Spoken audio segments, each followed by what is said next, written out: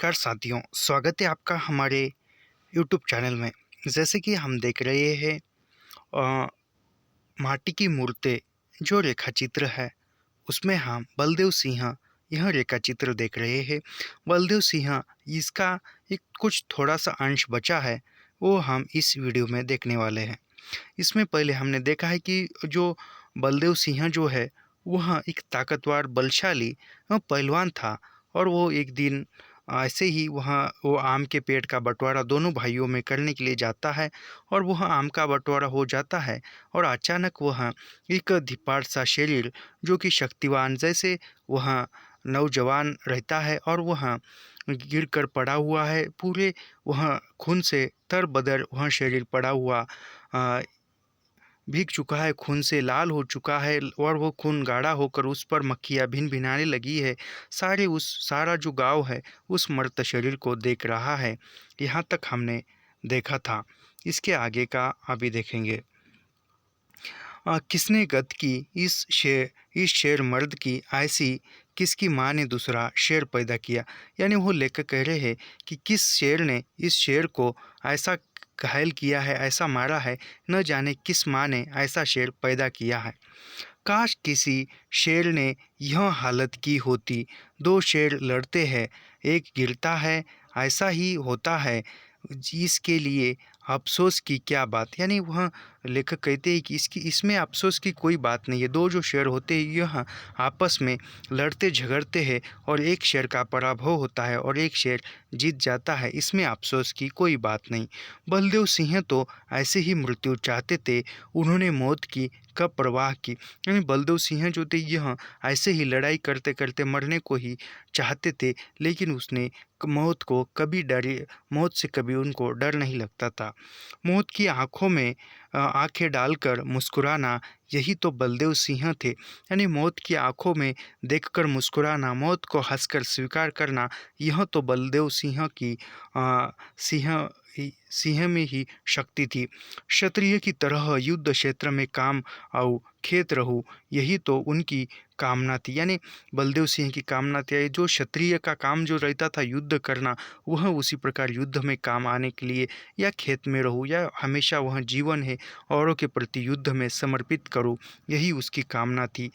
यह कामना पूरी हुई। वह वीरगति पाकर सूर्यमंडल को भेद कर अमरपुरी गए गए इसमें तो कोई शक नहीं। यानी यह जो उसकी कामना थी कि युद्ध करते करते मैं मरूं, वह उसकी कामना पूरी हो गई है बलदेव सिंह की। और वह एक दिन जो वीर पाकर यानी मृत्यु हो गए, वीर हो गए और वह जो अमर अमर में स्वर्ग में जाकर जाकर विलीन हो गए। वह यानी स्वर्ग में जाकर मिल गए। इसमें तो कोई शक नहीं। यानी इसमें कोई शक नहीं है कि उसको उनके कर्म के अनुसार उनको स्वर्ग में ही जगह मिली होगी, ऐसा लेखक कहते हैं। किंतु जिन हाथों ने यह काम किया, क्या वे वीर के हाथ थे। यानी जिस जिस हाथों ने जिस व्यक्ति ने यह बलदेव सिंह को इस मौत के घाट उतारा, वह लेखक सोचते हैं कि क्या यह वह वीर के हाथ थे, शेर के पंजे थे। नहीं नहीं, कुछ सियारों ने बुज़दिलों और कायरों ने छुपकर घात लगाकर बड़े बुरे मौके पर बड़े बुरे ढंग से यह कुकर्म किया था।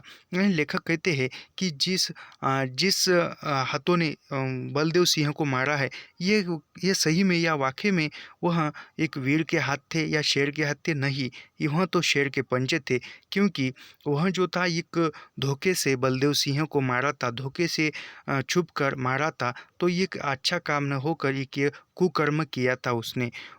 उसकी कल्पना भी खून को खोल देती है, उत्तेजित कर देती है उफ़रे। यानी वह उसके कैसे मारा है ये यदि कल्पना करते हैं तो खून खून जो है हाँ खोल उठता है, उत्तेजित हो जाता है। एक दिन जवार के एक गांव की एक विधवा मेरे गांव में बलदेव सिंह का नाम पूछती पूछती आई। यानी एक दिन जो है गांव बाजू के जवार नामक गांव की एक विधवा स्त्री जो है वह बलदेव सिंह के नाम पूछती पूछती आ गई थी। उस बेचारी के साथ एक छोटा बच्चा था। उसी का बच्चा उस विधवा के अबलापन से और उस क्षत्रिय कुमार के बचपन से फायदा उठाकर उसके पट्टीदारों ने उसका धन हड़प लिया था। यानी वह जो विधवा है वह मदद के लिए आई थी बलदेव सिंह के, और उसके साथ एक छोटा सा बालक था, बच्चा था। उस विधवा के अबलापन से और उस क्षत्रिय कुमार के बचपन से फायदा उठा रहा था। यानी वह विधवा हुई थी, अबला थी, कोई सहारा नहीं था। वह जो था वह बच्चा बचपन से फायदा उठा, और वह बचपन से पट्टीदारों से उसका धन हड़प रहा था। यानी जो क्षत्रिय कुमार था वह उस अन्य पट्टीदारों का धन जो है, संपत्ति जो है वह हड़प रहा था, लुप्त कर रहा था, तो उस विधवा का भी कर रहा था। विधवा के कानों में बलदेव सिंह की यशोगाथा पड़ी थी। यानी वह क्षत्रिय कुमार जो था वह ताकत के बल पर इसका वो गरीबों का शोषण कर रहा था, इस महिला का भी शोषण कर रहा था, पैसा जमीन जायदाद है वह भी वह हड़प कर रहा था। तो उस विधवा ने जो है बलदेव सिंह की यशोगाथा बलदेव सिंह का नाम सुना था, यशोगाथा सुनी थी, तो वह इसलिए मदद के लिए आई थी। वह तो अब हमारे जवार के घर घर में ज़बान ज़बान पर व्याप्त थे। यानी वह तो जवार नामक जो गांव है, उस गांव में बलदेव सिंह की नाम जो था घर घर में गूंजना था। विधवा पहुंची बलदेव सिंह के दरबार में अर्ज लगाए। जब पट्टीदारों के मालूम हुआ वह बलदेव सिंह के पास जा रही है, यानी वो विधवा बलदेव सिंह के पास जा रही है, यह वो पट्टीदारों को मालूम हुआ, पता चला कि वह सिंह के पास जा रही है। ताने देते हुए कहा था, जा नया शोहर बुला ला, नया शोहर शतरानी को नया शोहर। यानी वह पट्टीदार कहते कि जा बुला ले शोहर को, यानी तुम्हारे पति को बुला ला, नया शोहर करके, ऐसा वह कह रहे हैं। बाबू मेरी लाज रखो, सारी कहानी कहती हुई वह बलदेव सिंह के पैरों पर गिर पड़ी। यानी वह जो भी जुल्म अन्याय अत्याचार हो रहा है वह मेरी लाज रखो कहते एक वह बलदेव सिंह के चरणों में जाकर गिर पड़ी।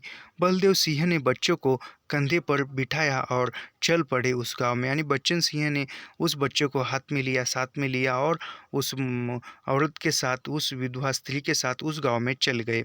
जब गांव से जा रहे थे उन्हें मैंने देखा था। प्रणाम भाई जी, मैंने कहा।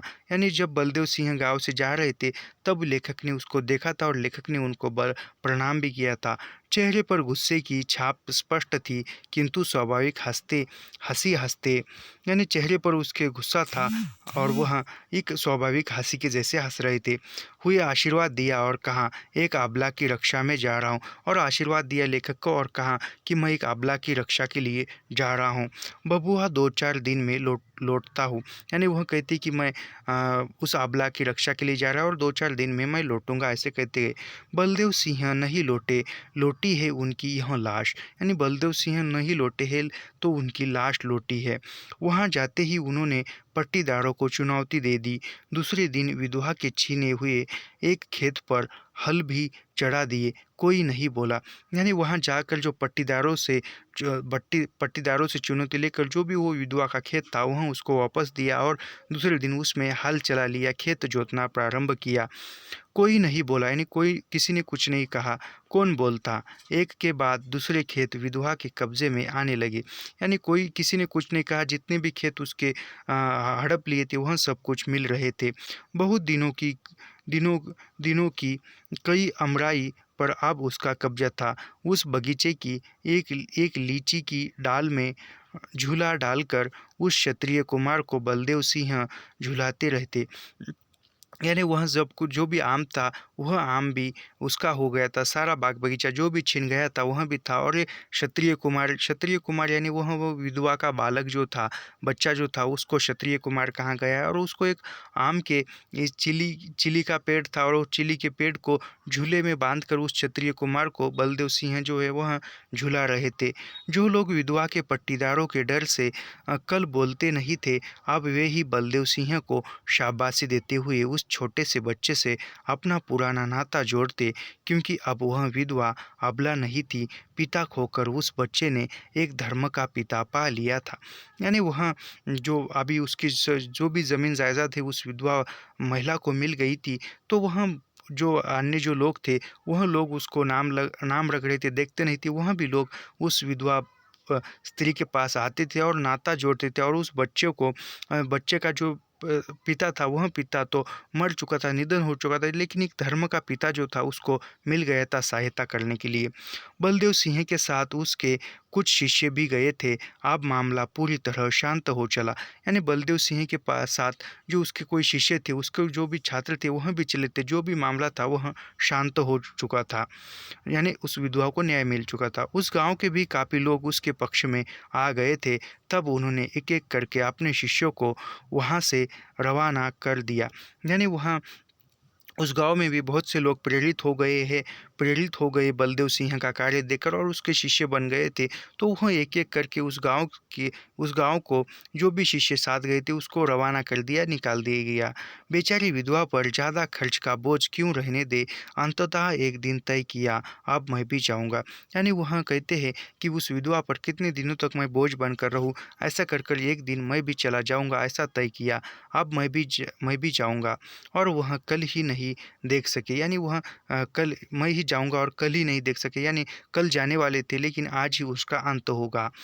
उनकी आदत थी बहुत सवेरे बिल्कुल मुँह अंधेरे शौच को जाते गांव से काफ़ी दूर निकल जाते। यानी उस ज़माने में कोई टॉयलेट या कोई बाथरूम जैसी कोई व्यवस्था नहीं थी।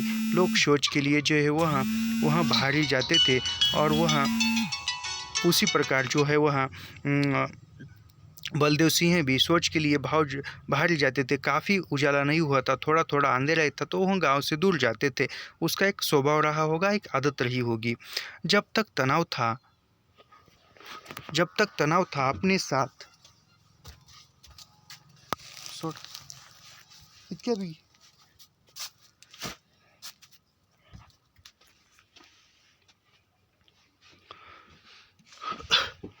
जब तक तनाव था अपने साथ किसी शिष्य को भी ले लेते। यानी कोई तनाव था, जब तक वह वातावरण उस प्रकार का था तब तक वह अपने साथ किसी शिष्य को लेते। लेकिन अब तो मामला जो था बिल्कुल शांत हो चुका था, भय नहीं था। हथियार तो हमेशा पास में रखते ही, कम से कम हाथ में लाठी और कमर में गंडासे की फली, जिसे बात की बात में लाठी में लाकर प्रलयंकर बना दिया जाते थे। यानी हथियार साथ में रखते थे, लाठी या कोई भी। यानी किंतु उस दिन वह निश्च निश्चित वह सिर पर लोटा ही लेकर निकल पड़े। यानी उस दिन तो कोई हथियार नहीं था, कोई लाठी नहीं थी, वैसे ही लोटा लेकर ही चल गए। सारा गांव भोर की सुख निंदिया ले रहा था, किंतु उसके लिए मौत का फंदा डाला जा चुका था। यानी वह उस दिन वहाँ जा रहे थे, तो एक वहाँ नियोजित उसका एक जो भी वहाँ मौत का जो खेल था वह रचा गया था, नियोजन किया जा चुका था। एक नीची खाई में वह शौच के लिए बैठे ही थे कि उसके सिर पर लाठी का एक वज्र प्रहार हुआ। एक क्षण के लिए वह जैसे बेहोश, यानी वह एक शौच करने के लिए वहाँ पहाड़ पर खाई में जाकर बैठे थे और ऊपर से धोखे से किसी ने लाठी का वार किया और वहाँ बेहोश हो गए। एक जोर से वार किया, फिर तुरंत खड़े हुए और सामने पड़े लोटे को हाथ में उठाकर उसी से ढाल का काम लेने लगे। फिर वो उठे और वहाँ लोटा लेकर उस लोटे को ढाल की जैसा इस्तेमाल करने लगे, उपयोग करने लगे। दूसरी लाठी लोटे पर टन सी आवाज़, तीसरी लाठी फूल का वह लोटा चूर चूर हो रहा। यानी वह पहली लाठी से लोटे लोटे के जरिए लोका, लेकिन दूसरी लाठी पड़ी तो वह लोटा चूर चूर हो गया। आवाज़, तीसरी लाठी फूल का वह लोटा चूर चूर हो गया। फिर क्या था, लाठी गंडा से बरछे चारों ओर से बरसने लगे। बीच से उछलकर एक बार उस चक्रव्यूह से अभिमन्यु की तरह निकलने की कोशिश की। यानी जिस प्रकार अभिमन्यु चक्रव्यूह में फंस गया था, उसी प्रकार बलदेव सिंह चक्रव्यूह में फंस गया है और चारों ओर से लाठियों की वर्षा हो रही है। लेकिन उस अभिमन्यु जिस प्रकार चक्रव्यूह से निकलने के लिए प्रयास करता है, उसी प्रकार इन्होंने भी कोशिश की, प्रयास किया, किंतु फिर घिर गए। यानी वह फिर घिर गए, निकल नहीं पाए, घेर लिए गए। और उस सन्नाटे के आलम में जब दुनिया भोर की सुख निंदिया ले रही थी, उन कायरों सियारों ने इस शेर मर्द की वह दुर्गति की जो हम यहाँ सामने देख रहे। यानी उसने धोखे से मारा और उसको मारकर मृत्युलोक में पहुंचा दिया। एक भोर थी जब मैंने बलदेव सिंह का वह रूप देखा था। आभा आभामय, जीवनमय, यौवनमय और आज भी यह भोर है जब हम उन्हें इस रूप में देख रहे हैं। उफ आह! यानी लेखक अंततः कहते हैं कि एक दिन सुबह के समय में जो वह बलदेव सिंह का हमने बलशाली रूप, शक्तिवान रूप, यौवनधारी रूप देखा था और आज यह भोर है, आज यह सुबह है कि आज हम बलदेव सिंह का वह मृत शरीर देख रहे थे। उफ आह! यहाँ पर रेखाचित्र समाप्त होता है। ऐसे ही लाइन टू लाइन, पंक्ति दर पंक्ति अध्ययन करने के लिए हमारे चैनल को सब्सक्राइब कीजिए, लाइक कीजिए और शेयर करना मत भूलिए। इसके बाद का रेखा चित्र कौन सा है देखते हैं और कितना लंबा है यह भी देखते हैं। छोटा सा होगा तो प्रारंभ करते हैं।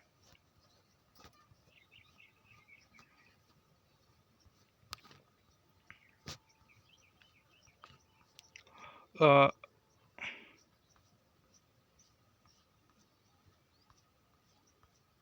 तो तुरंत प्रारंभ कर देते हैं। यह भी रेखा चित्र जितना होगा उतना पढ़ाएंगे बात का दूसरे भाग में।